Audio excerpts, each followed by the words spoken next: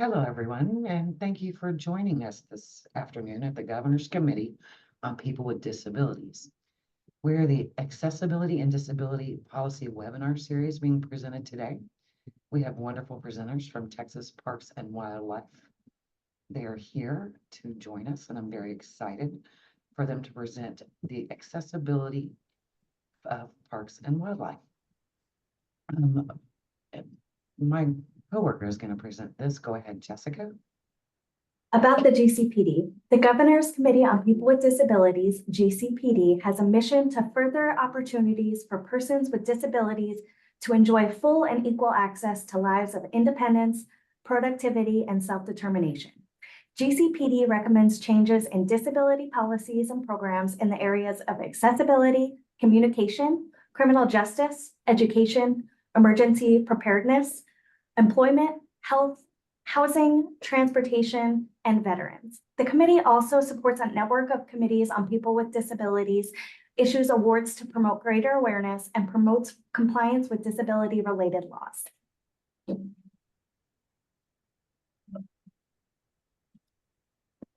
Thank you, Rebecca. Next. Answering questions will be done. The chat has been disabled, so that means that we're not going to be able to use that function. You can ask questions, however, through the Q&A button on the Zoom screen. Please click that and type your question. We will either answer it live or directly by chatting with you. We will also have recording and materials that will be posted on our website at a later date. We are ready to have Jessica begin, and Todd, go ahead. Thank you. Hello, everybody. Thank you guys for joining us here today. We are Jessica Burke and Todd McClanahan from Texas Parks and Wildlife, and we're going to talk to you guys today about how you too can get out and explore.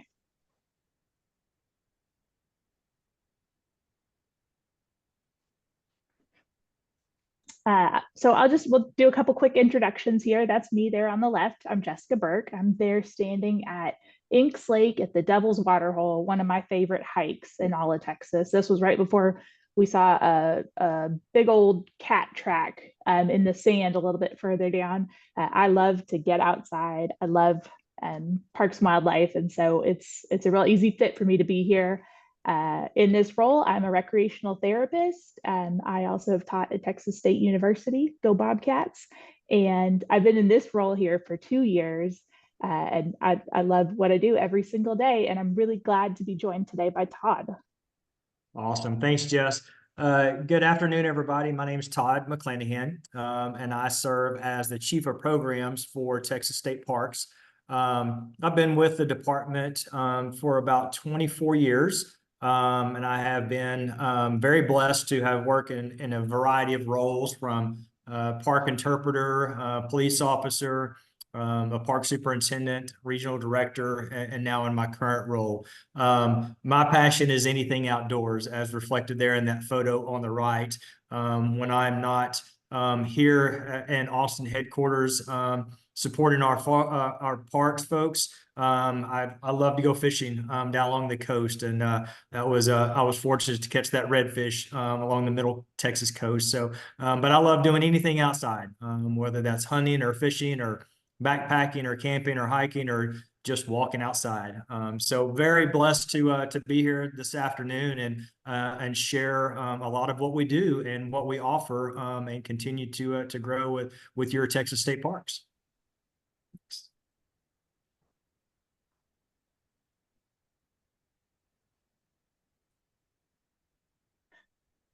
When I talk to people about parks and wildlife, I get a lot of different responses. People have a lot of different ideas about parks and wildlife and a lot of different memories or experiences associated with it. So we're going to get into that a little bit today. What do you think comes to mind when you talk about Texas Parks and Wildlife?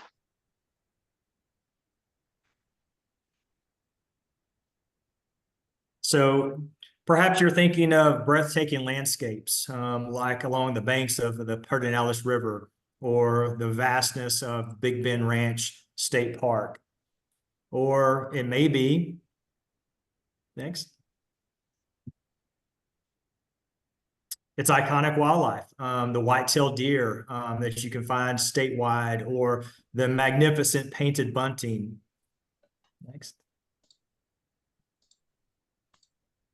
Or might think about Texas game wardens, state park police, as they're out protecting our wildlife and ensuring public safety across the state, and more importantly, educating our visitors.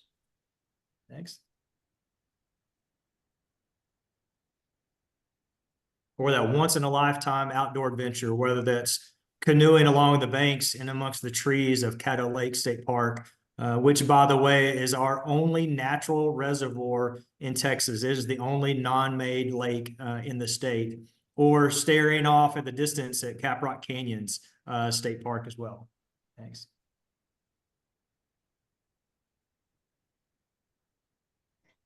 Whatever you think about with Texas Parks and Wildlife, it all leads back to one place. Our mission is to manage and conserve the natural and cultural resources of Texas for the use and enjoyment of present and future generations. And that's really where accessibility fits in here, as we're talking about the people with Parks and Wildlife, and that's who we are, the present and future generations.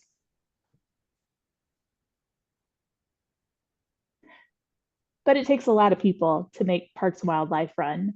So it's a lot more than just biologists, like we have here on the left, a biologist holding a flounder, or there on the right with one of our park rangers. We're actually more than 3,500 employees. We operate in every state, every county of the state. We have jobs from communications, marketing, IT, legal. This is our customer call center. Lots and lots of jobs available.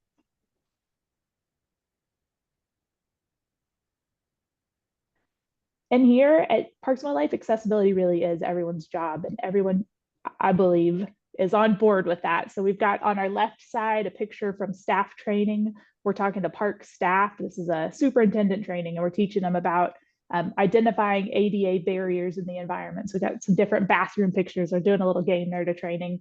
On our other side, we have our executive director, Dr. Yaskowitz, who is a huge advocate for accessibility, and here standing at the podium promoting the work that we do.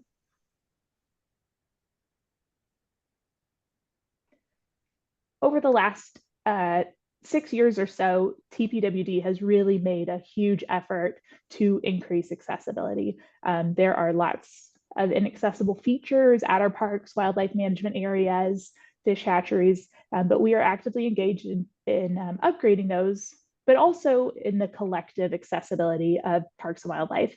In the last 6 years, we've had the creation of an ADA office. So that's the office I'm with, and a full-time ADA coordinator role. Previously, it was kind of a part-time role with 3 additional staff. So 2 in the ADA office and 1 with state parks. We have our accessibility advisory committee. We have a comprehensive, huge, it was a major project. Agency spent over $1 million making sure that we had a very solid ADA transition plan, identified every barrier, every physical barrier in the agency. And now we have a phased plan to upgrade that. Much larger presence on social media and web, and just this continually growing culture.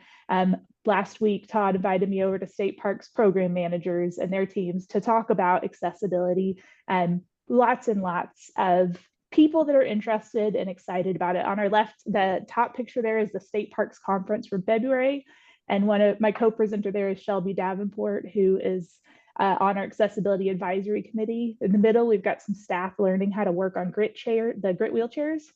And then on the bottom, open invite to anybody here at Parks and Wildlife headquarters to go to the Morgan's Wonderland camp and check out their outdoor recreation facilities. So you can see a pretty good crowd took us up on that field trip. You know, Justin, we've been on where the photo there with Shelby. We host a state parks conference every 2 years. And for the past 2 conferences, focusing on education and how we can improve with accessibility has been a driving theme for both of those. And so we've had several guest speakers that have really, I think, opened the eyes and the minds of a lot of our employees on what they have always felt as barriers with providing improved accessibility. And so having those guest speakers come and be just really integrated in our management approach to sharing this vision has been very helpful for us.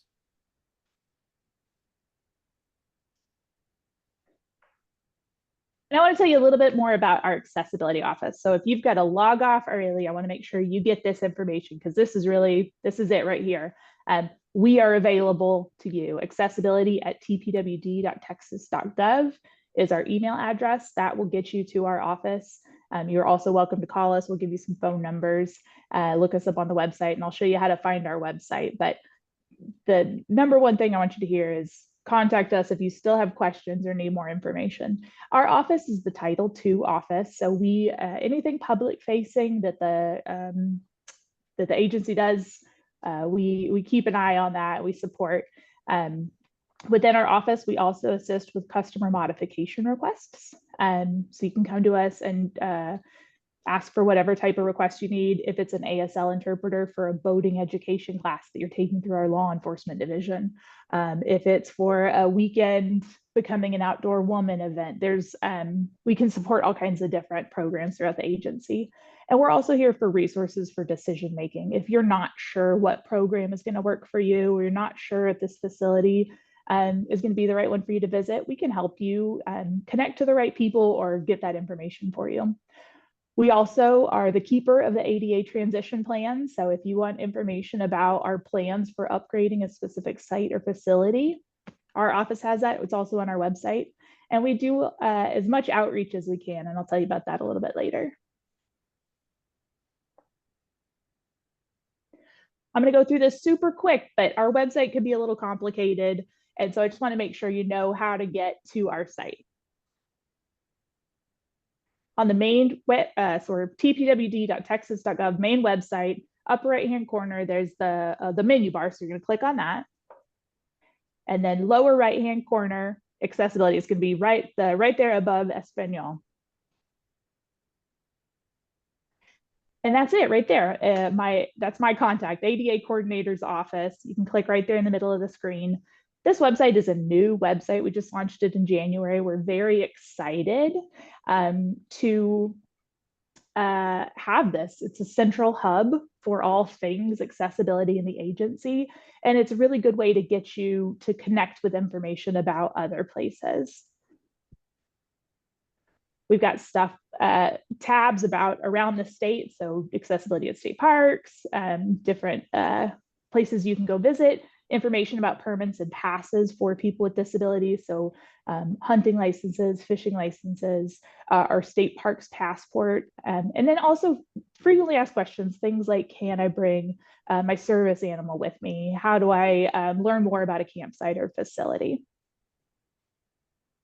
And Jessica, on the advisory committee, there was a question about if there's any member who is deaf and uses sign language. Oh yes, we have our advisory committee. We try and have a broad range of representatives from all types of different disability groups. So we do have somebody that's deaf and uses ASL, and we also have a ASL interpreter who works with groups. She plans recreation outings. So I'm glad to have that representation. Okay, enough about the website. Let's do what we came here to do and talk about getting outside. So Todd, can you tell us how to get outside? Sure. So these next several slides, and I'll just preface this, there is a lot of information that we're going to share. And I want to go back to what Jessica was sharing earlier about if you have any questions for follow-up, we will absolutely do that. It is hard to share our passion and everything that we do in an hour, but we're going to do our best. So one of the, when you're thinking about parks and wildlife, I know as I was growing up, it was typically around hunting and fishing and camping. And we do offer a lot of opportunities for hunting in the state. As you can see there, our governor, Governor Greg Abbott, with his daughter as they're out on a bird hunt. We offer hunter education courses, mentored hunting workshops for a variety of folks that just don't know how to go about doing it. And that's a big part of what we do in our agency is to help educate and grow somebody's experience. We offer public hunting opportunities through a draw and hunt system. So those are available. And then also we have laws that are able to accommodate, say, for example, visual impairments. You can use a visual aid while using a hunting scope. And that is, that's to help also. And one of our very own, Cole Johnson, is a member of that. And so he's using that aid to help him when he hunts because he's an avid outdoorsman. And once again, we'll keep saying this over and over, as our accessibility office through Jessica and anybody on our team, we're willing to help. And that's what we want to try to connect folks with where those resources are. Next.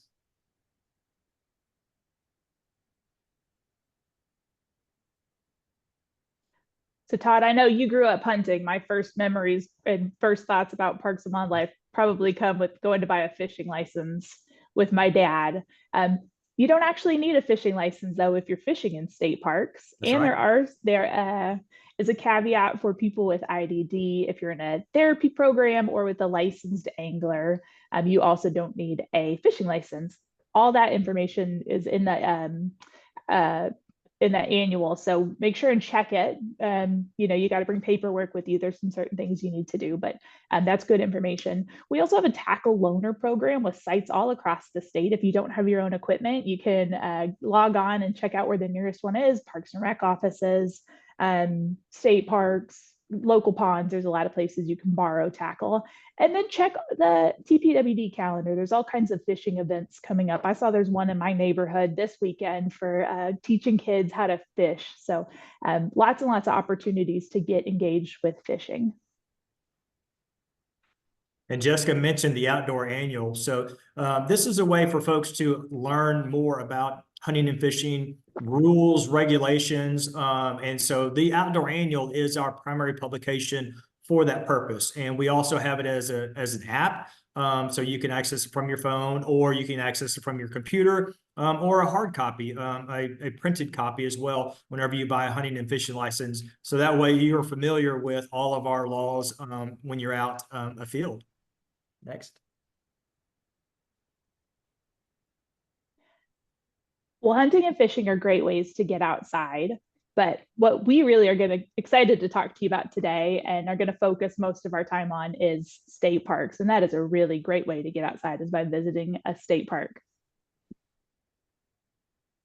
So your Texas State Parks is recognized as the best in the nation. So in 2023, we were recognized by the National Recreation and Parks Association at the conference in Dallas as the best state park system in the United States. And this is something that didn't come lightly. Coming on the heels of our centennial year, we celebrated 100 years last year in 2023 for Texas State Parks. So it was a banner year for us. Your state park system consists of 88 parks and counting. And I'll share a little bit more about that in just a second. Comprised of about 630,000 acres. Half of that is Big Bend Ranch State Park, and that's about over 300,000 acres. We serve nearly 10 million visitors a year. And another huge success for us was this last fall during the legislative session, Proposition 14 passed, which dedicated $1 billion to go towards acquisition and development of new state parks. And that went to the voters of Texas and passed with 77%, which is huge for us because that shows the level of commitment and support that our citizens have for their Texas state parks. And so what that means is over the coming years, that $1 billion is generating interest. And so we're able to use that interest to go towards and purchase new state parks. It won't be allowed to be purchased for, sometimes we'll have what we call bolt-on properties, which are properties adjacent to existing state parks. This Centennial Parks Fund won't be eligible for that. So it is truly meant to be new state parks. If you've been to a state park or tried to get in, you've seen that a lot of times we are at capacity. And so this will help with that on providing more state parks near urban areas and remote destinations to better help us serve the needs of our communities. Next. So what can you do in a state park? There's lots of things. You can gather with friends at Lake Casablanca State Park out in Laredo. Feel the mist on the water at Caddo Lake as you're canoeing or kayaking through the cypress trees. Enjoying the sounds of the rushing Frio River at Garner State Park. Stargaze in Big Bend. If you've never been out west and you have that opportunity, the stars are literally on the horizon. It is so dark and quiet and peaceful. And we pride ourselves on protecting that night sky. Such an amazing experience. However, you may want to be, you're more interested in our history. And you can immerse yourself in history at sites such as Goliad State Park. You can wet a line if you want to at Possum Kingdom. Very popular. Picnic with your family at Bonham. And here's a photo of one of our accessible picnic facilities. And you can enjoy it, nice quiet time in the pines. Put your toes in the sand at Galveston, preferably not during hurricane season, but this time of year as it's coming up and it's getting hot, it is a nice time to get down there and catch some of that sea breeze. Experience the heights of the enchantedness of Enchanted Rock State Natural Area. This holds a special place in my heart. I was fortunate to propose to my wife on top of the summit at Enchanted Rock. It was during August. She wasn't quite as happy, but she did say yes. And so I was very excited about that. Observe your first eagle at Tyler State Park, or for that matter, most of our Eastern Texas state parks, you'll be able to see the majestic bald eagle. Or just enjoy the vastness of Paladuro Canyon. This is the second largest canyon in the United States, second to Grand Canyon. And if you've never experienced that, it is just a tremendous sight. They have a play there every night during the summertime, Play Texas. And so it's a great opportunity to make the trek to the Panhandle. Our favorite and most attracted site or amenity that we offer is our hiking trails. And this can come in a variety of different ways. We have visitor surveys and this is not just in Texas state parks. This is for national parks, county and city parks, that trails are the #1 attraction and amenity. We've received some dedicated funding to go towards improving our trails because not all of them are user-friendly for all types and abilities. Here you see a picture of Seminole Canyon State Park. This is a trail project that park staff did on their own. It leads to a bird blind, and so they were able to add some decomposed granite and put a binder in it, which made it very durable and hard. And so it is wheelchair accessible. So that, along with our regular dirt trails, we have boardwalks, and we'll show an example of one of those, overlooks. And then we have also some that have steps, design steps, or some of them are impromptu, whether it's you use logs or whatever. And then we have some hard surface, some paved trails as well.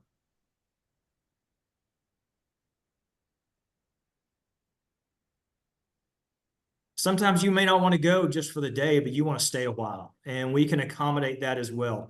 Our reservation system is site specific, so you're able to pick and choose and determine which facility might best suit your needs. And so all of our campsites on our website will have photos and descriptions of the campsite. But we also have a call center, and these call center agents are here to help you and help folks get connected, answer the questions of what might best suit their needs to make their experience great. And so they work really hard to find out where might be the best site for you. And so we have overnight camping, just regular campsites. We offer screen shelters, cabins, lodges, and a variety of group facilities as well. Here's an example of our reservation site. So you can filter by accessible features. You can make reservations for our regular campsites 5 months in advance. We do have some sites that are part of a group, whether that's a group campsites or some of our larger facilities, and those can be booked 12 months in advance. But you're able to double check the features of the facility to see, is the campsite accessible? Is it near an accessible restroom facility? Because not everybody, and this is things that we have learned through visiting with folks, is not just always assuming that folks want to camp near the restroom just because that's the closest accessible site. We have folks that want to experience remote areas as well. And so we are doing our best to try to improve paths to be able to promote that. But again, we want you to contact our reservation center if you have any questions about finding the right site for you. And that reservations, that's no joke. People ask me sometimes if I get to make special reservations because I'm an employee. And I'll tell you, I just booked my family's Garner trip for October. We set a timer on our phone, and the day that the campsites open up, our friends all book our sites that day. So there is a high demand for some of our parks, but there's also some people cancel all the time, so you can get notifications, or there's a feature where you can just sort by what's available this weekend. So you got to keep an eye on it, but you'll get those sites eventually. I'm going to talk a little bit more about state parks accessibility, because state parks is really, they are really stepping up to the plate in all the different ways that this division is working to become more accessible and inclusive. So we're going to talk about some of the accessible facilities page a little bit. We're going to talk about our wheelchairs, and then we're going to talk about some programs and events. So we're back to main accessibility website. So TPWD main website, clicked on accessibility. And if you look down here around the state, our first link there is accessibility at Texas State Parks. I'm not going to get into that site, but that's a great resource for all things state park accessibility. And one of the best features of it is a very evolving feature in that each park has an opportunity to provide information about their accessible facilities. And this is something, again, this is kind of a growing, evolving feature where not every park has them built yet, but we're really working with parks to get them up there. It takes a little bit of work to kind of figure out what's the right information. But what we've really learned is we don't want to just put accessible, these are the ADA campsites, but we want to give as much information as possible so folks can make an informed decision. So we may have a couple different types of trails. One may be Caliche Trail. It may not be an ADA compliant trail, but for a lot of folks, it will work for your needs. So giving good resources. So right here, we've got an example from Bastrop State Park, and Todd knows a thing or two about Bastrop, don't you, Todd? Yes, I've been fortunate. I'm actually in Bastrop State Park today. I was fortunate to work there for about 12 years. And our golf cart trails, folks are wondering, like, why is that? Well, we did have a golf course. It was built in the 1930s, but our operator during the mid to late 2000s was just not able to keep the doors open. And so we restore this area back to, it's a restoration area back to its native wildlife. We are maintaining the original 9 course fairways. And so we have grasses and things like that planted there, but we converted the golf cart paths and we redid those to make them accessible. So we have some on the north side that are a little bit more hilly and challenging, but on the south side, if you have a stroller, if you have a bike, kids, or if you're in a wheelchair, you can go out and experience and see the restoration efforts at Bastrop State Park firsthand. That's right, Todd. And I'm glad you said that. It's where my kids learn to ride their bikes out there on these Bastrop trails. It's a great place to get off of the road and have some nice, smooth access. So one of the other features that I'm really excited about, and I'm excited to see us get more and more of, are these images. So this image here is an image of the trails. This is a Google Map 360 photo. And so if you were to go to this website and click, you'd be able to get a full view of the entire area right here. Again, we've had a lot of feedback that people want to see more, they want more information so they can make informed decisions. And that's what we're really trying to do with these pages. Now, if you get to a park page and they don't have an accessible facilities page, it's not that they don't want one. It's just they may not have the staff or resources to get it done yet, but call the park, or again, call or email us, and we can help you get information about that park. They're not there yet.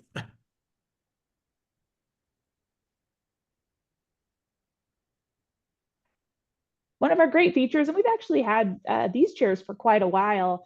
We've got beach wheelchairs at a couple of our parks at Galveston, Mustang Island, our beach parks. Inks Lake has one of these beach chairs. These are water proof water chairs. You can take these in the water. They are a little bit difficult. They're kind of bulky. Got those big knobby yellow tires on the bottom and do require a push from behind.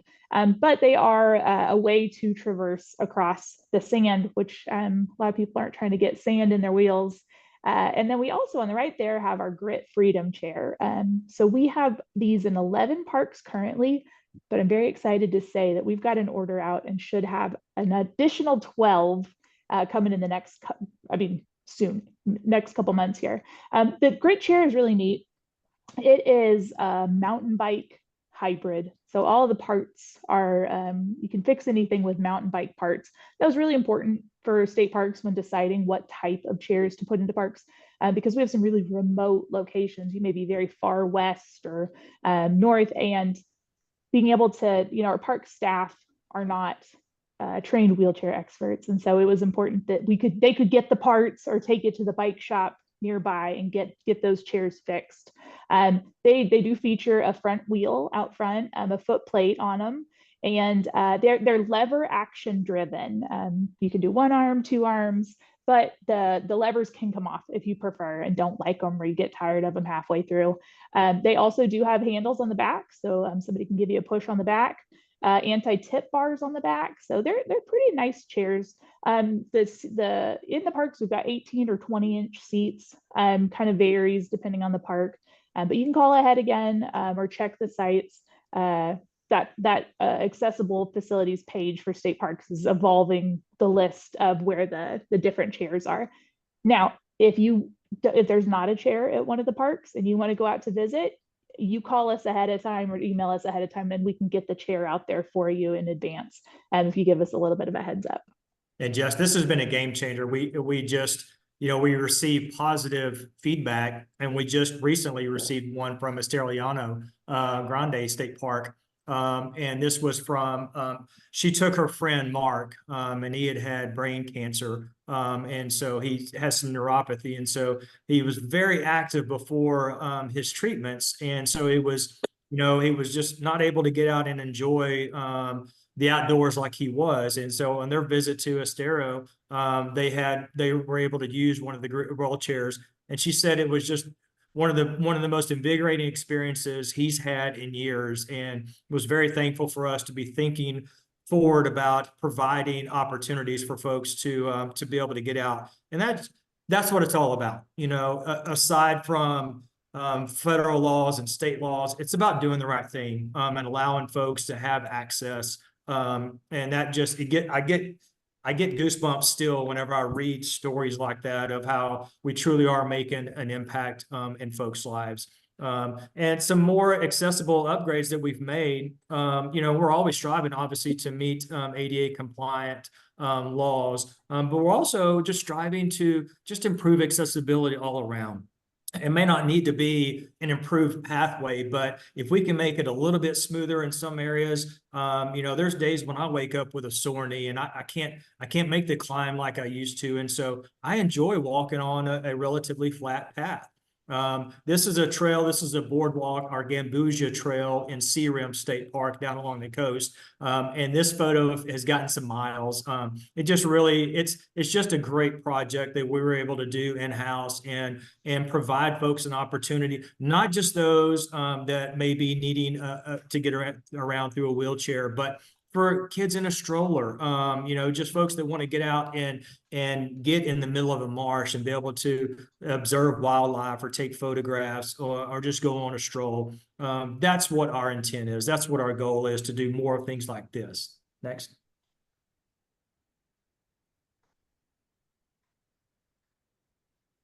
This is one of my favorites as well. We've been installing some access mats at some of our beach and lake parks. And I specifically wanted to show this one, this picture on the left of some of our park rangers that are installing this mat. You can see some smiles on their faces. And this is not because somebody's standing there with a camera and say cheese. That's not what it's about. Our staff are truly, they want to make a difference. They want to really provide access and improved access for our visitor there on the right. He was able to actually get out and go onto the beach that he's not been able to before. The grit wheelchair is not going to work for this young man, but this beach mat was able to afford him the opportunity to get out there and feel the breeze of the lake. And so our staff really are excited about providing this improved access. Here's an example of wayfinding tags at Palmetto State Park. And so this is a pilot project that we're working on. So along all of our hiking trails, when you get to the park, you download the app from Way Tags. And then as you approach the site, there's a QR code, but it also will sense when you get to a sign or an exhibit or a point of interest, and it will talk you through what is there. And so this has been a tremendous pilot project for us, and we hope to expand this at some of our historic sites such as Goliad and some of our other areas that we can give folks improved access to trails. And Todd, I want to jump in here quick and say that this image is from the Parks and Wildlife magazine. This group was featured. The tag started as a result of a camp out with the National Federation for the Blind, who offered to put the tags out in the park for their event. And then they liked them so much, they said, we'll leave them here. And that's how that project started. And we're really excited to see how it grows. Awesome. This is another exciting one where we installed a kayak transfer and a bench. And for folks that want to transition from a wheelchair onto a kayak. And so this is actually, Julia is the mother of one of our park superintendents. And she, in this one, gives actually training some staff at Inks Lake State Park. She was there, and she's an active member on our advisory committee as well, and has been just a champion on helping us understand that even though some of our facilities may be compliant, the usability of them may still be lacking. And so Julie has really been helpful for us that, yes, we may check off the box of this facility meets ADA compliant, but is still lacking in some actual usability features. And so Julie's been great to work with. And so this is another example of us not making assumptions that we know or assume what folks need, but actually listening to those that are experiencing it. And so this was a very exciting one.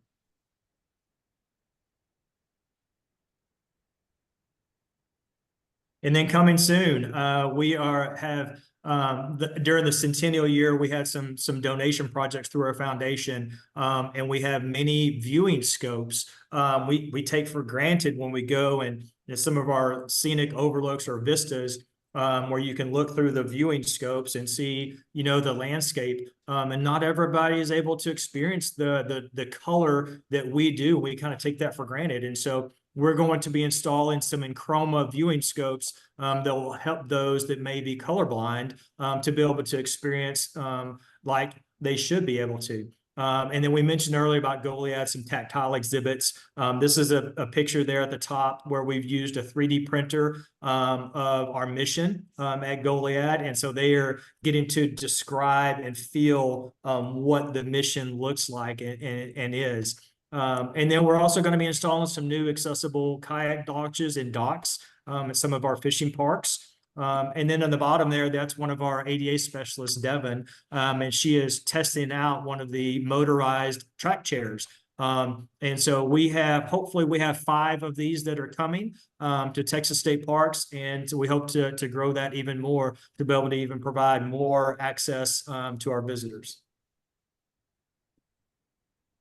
A great way to get involved with state parks or just learn more is to participate in one of our programs or one of our special events. So if you go to the Parks and Wildlife website, you can find the calendar of events, and you will find within our state parks different types of ranger programs. So it could be anything from mountain biking to Dutch oven cooking to a learn about bats in the cover of darkness.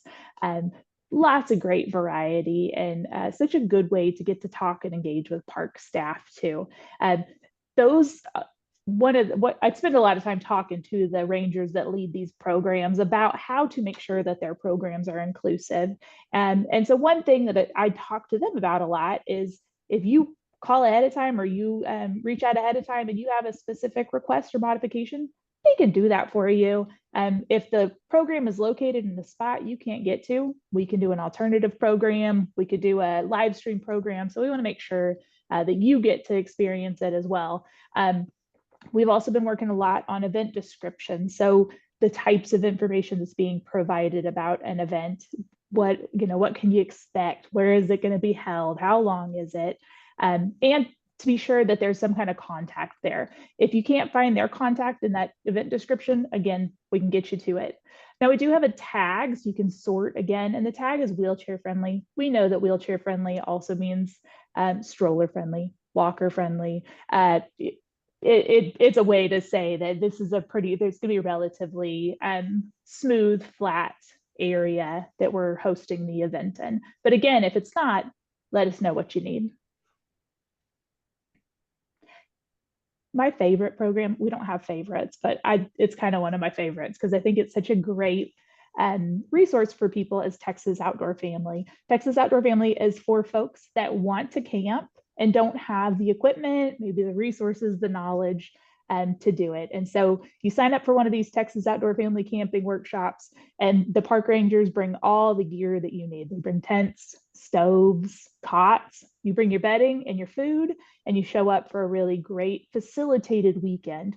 The rangers are on site overnight with you, so they're there if something happens, and they are a great group for really working with your group, with your family, to make sure you got what you need. It's also we have a partner program model with this too that serves underserved groups. So if you've got a group that works with people with disabilities, you are a disability group, partner with us, and we can get you trained to actually just check out the trailer on your own. So we'll just leave it there in the park. You show up and get your equipment and have a weekend. So some great images here from the Epilepsy Foundation, who are one of our partner groups. And our will be soon the third Inks Lake Fun for All events. We just hosted our second one. This is a new adaptive outdoor expo at Inks Lake State Park. So keep an eye on this for April, May of next year. Lots of groups coming out and bringing equipment and adaptive outdoor sports.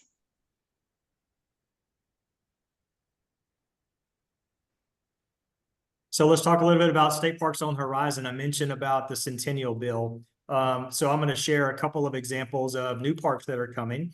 These have been in the planning stages for a number of years. Palo Pinto Mountains is located west of Fort Worth and near the city of Strawn. And so this is on the photo on the right. It's in construction right now, but this is an accessible overlook overlooking Lake Lake Strawn. Also a boardwalk that will be accessible. And one of my favorite features that will be coming is this boardwalk that is out over the lake. And so typically in parks, you'll see a fishing pier that may go out and come back. But this is one that you can see in the drawing will actually get you out over the lake. And so I'm really excited to see that. And then at ABK State Natural Area, Alberta Bessie Krongoski, this is located in the Hill Country, just north of San Antonio, between Bernie and Bandera. And here's another conceptual drawing of a fantastic overlook that will give you just glorious views of the Texas Hill Country. And I wanted to show the preliminary trails map there on the right. And so typically when we're planning our parks, trails again are one of our most attractive features. But I wanted to highlight this one because the red lines are some of our trails, and then the map goes off screen to the left a lot more. But when we incorporate it and put in an accessible trail, we've fallen short in the past few years. So it's often a short spur that may lead to an overlook. But on this map, you see the dotted green lines. And that is a pretty hefty set of fully accessible trails. They will actually take you around one of our knobs and overlooks there. So we are doing a better job of being on the forefront and thinking of in advance of, let's not just make it an afterthought, but let's really incorporate it into planning up front.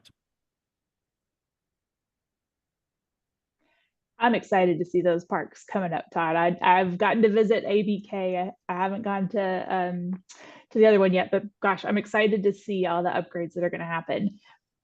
Truthfully, Todd and I could sit here and talk to you guys all day about state parks. There's so much more we want to say, but we want to highlight a couple other things really quickly, just to give you a little bit more of a broad scope of what we got going on here at Parks and Wildlife. So I'm going to talk to you about two facilities. The first one is Sea Center, Texas, which is located in Lake Jackson. That is our marine science center that you can go and visit. You can see the fish hatchery, you can see aquariums, hands-on programs. They do offer fishing for groups. So that's a kind of reserve ahead or school groups, that type of thing. But what I'm really, really excited about is starting next week, we are launching an adaptive fishing gear loaner site with the Texas Technology Access Program. Some of you guys may be familiar with that program already. They've done some video game stuff, but this is really their first foray into outdoor recreation, and we're excited to be the hosts for that. So we're gonna start here and hopefully scale that out. But one of the ways or times you can go check out the outdoor gear, the fishing gear, is at the 3rd annual Special Olympics fishing tournament. So in the fall, date hasn't been set, but probably October, we'll be hosting that tournament and having all the gear available for checking out. You can also see it. I see Angela there has made a comment with the TTAP program information. Great partner group. Our accessibility team will also be at the TTAP conference next week, showing off some of the gear. Thank you, Angela. Sea Center, if you check out their website, they have a great virtual tour of the building, so you can get in there and see everything they've got to offer.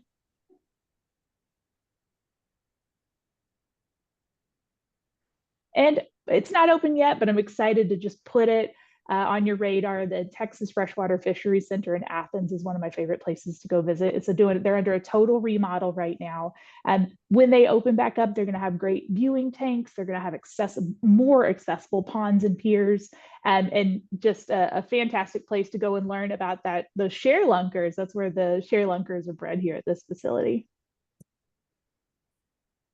So we're not too naive to know that we have barriers that exist. Some of our facilities have been around since the 1930s, and we recognize that, which is why we were proactive with seeking out a full inspection of all of our park facilities, and we now have a completed transition plan in place for Parks and Wildlife. And so we are slowly chipping away at some of those known barriers, but also using that as we're developing new parks, like I said, to be on the front end of that and improve our facilities. And so we try to strike that balance of finding ways that we can provide access to the outdoors for a variety of experiences. And some of those may be just providing better descriptions. Again, not making the assumption that, oh, well, we know I'm an able-bodied person. I think I know what somebody with a disability might need. No, I don't. But I have learned in my time is that let's provide a good, solid description, because different folks are able to do things on their own. And so just providing clear descriptions of the facilities and allow you to choose your own path. But also continue, like with 3D models we talked about, virtual reality, interactive exhibits, social media, all-terrain wheelchairs, these different things that folks can still experience what we have to offer, maybe from home. And so, different times it gets hot, it gets really cold. And so folks still want to go and visit and experience our state parks. And so we're trying to do better to move the needle in the right direction, again, to try to meet your needs and be as inclusive as we can. And we're doing that in as many ways as we can, just like you said, Todd. So we do have our Accessibility Advisory Committee, and we just solidified our roster for the next couple of years. But if that sounds like something you'd be interested in, let me know and I'll get you on our list. And when we come back up around, we'll definitely reach out to you about some opportunities to be involved that way. But that's not the only way you could be involved. If you have a modification, submit it through our website or contact us. We look at those requests, and if we start to see trends in an area, we're going to do our best to put a little bit more service or resource there. Access and inclusion solutions. So maybe it's not a request that you're making, but an experience that you've already had, or something you're seeing, man, this is just not going to work for me. Submit it to us as an access and inclusion solution, and we will work with you. We'll engage in a dialogue and discussion to figure out how we can do better to meet your needs. And we have already implemented this. We started this process in January, and we've had great results and improved staff trainings, improved processes for OPDMDs, lots of ways that we are trying our best to be responsive and do better. And then everything, anytime we can collect data, we'll be working with TTAP to get some data on the fishing gear. We've done some town halls, community feedback. We look at visitor surveys from state parks. All of that is incorporated into how we're making decisions. And we want you to join us. This is an open invitation. We want folks to join our teams either through work, through volunteering. And so we're spread out all over the state. But if you're interested in what we do, we invite you to come speak with us and see if we can find a spot for you.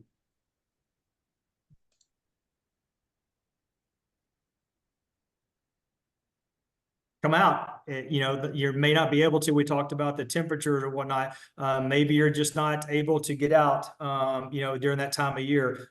We have a whole bunch of other avenues in which you can learn about what we do, from our PBS show to the magazine, our active social media network, and through our website, where we offer training videos, educational videos, and online classes. So this is our formal invitation to come enjoy what it is that we do. We want you to be able to experience it as well.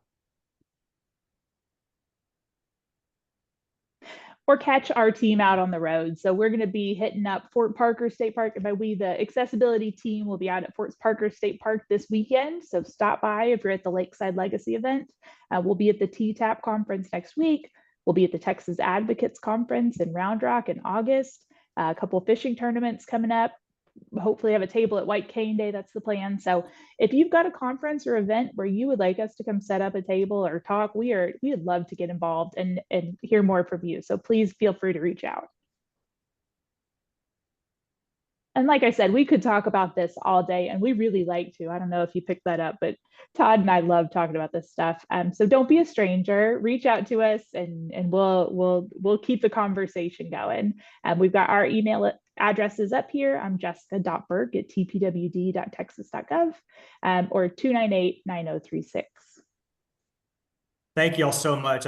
Thank you to Beverly and Elena and Matthew for putting this on. Again, we could go on for all afternoon for the rest of the week about what we do.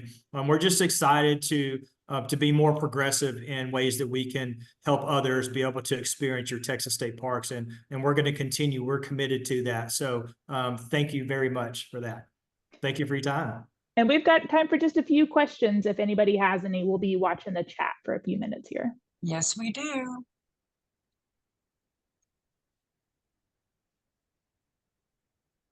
And I answered one earlier about going to Cedar Hill in our website, but feel free, the call center can help at the reservation center. They can help put you in contact as well with the superintendent, Rachel Laka, out there. And we do, for some of our partnering agencies, we do host or allow folks to come in and have staff meetings for community events or governmental agencies or whatnot. And we do that free of charge. So that could be another option too.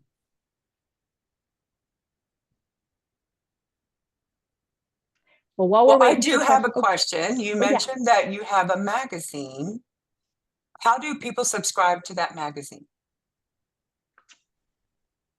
Go ahead, Jess. That's a great question. Yeah, Okay. you can get online, and it's a paid subscription. It's 10 gosh, what are we calling magazines these days? A year. So Editions. Yep. edition. Thank you. That's the word I was looking for. 10 editions a year, and that information's on the website.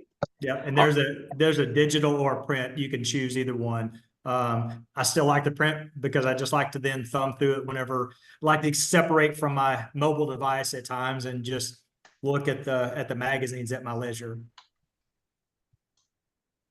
And I'm going to make a plug for the TV show. Todd earlier mentioned Cole Johnson. Cole Johnson works in our accessibility office. He's our internal staff trainer. He's also probably who's going to answer the phone if you call. And Cole is a member of the blind and visually impaired community, and he's a hunter that uses a visual scope. And he was featured on the PBS show a couple of years ago, and they just re-aired it last week. But you can also find it on the accessibility website. It's a great 10-minute feature to get to know some of our staff.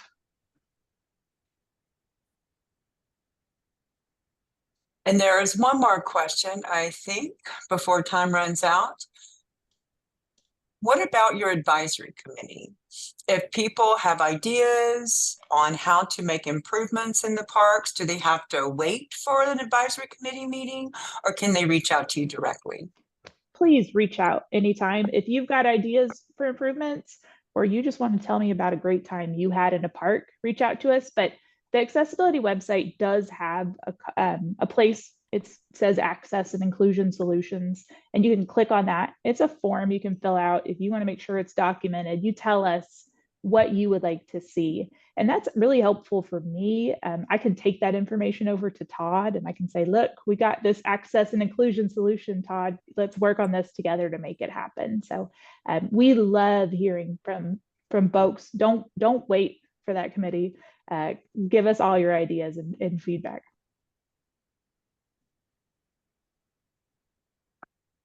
Great. Okay. Well, I don't see any further questions, so we'll go ahead and start to wrap up here. I want to say thank you both for coming and sharing this important information.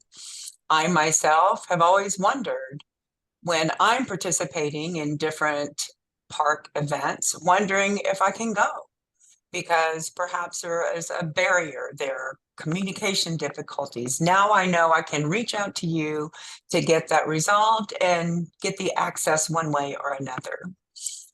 So I envision the same as for others with disabilities. I think this is a great opportunity for them to really enjoy and take advantage of the parks for years to come. And I really appreciate that about Texas Parks and Wildlife Department, and very grateful to you for that. Thank you, Thank you. Beverly. One last plug is we do have an annual state park pass, and you can get that for $70.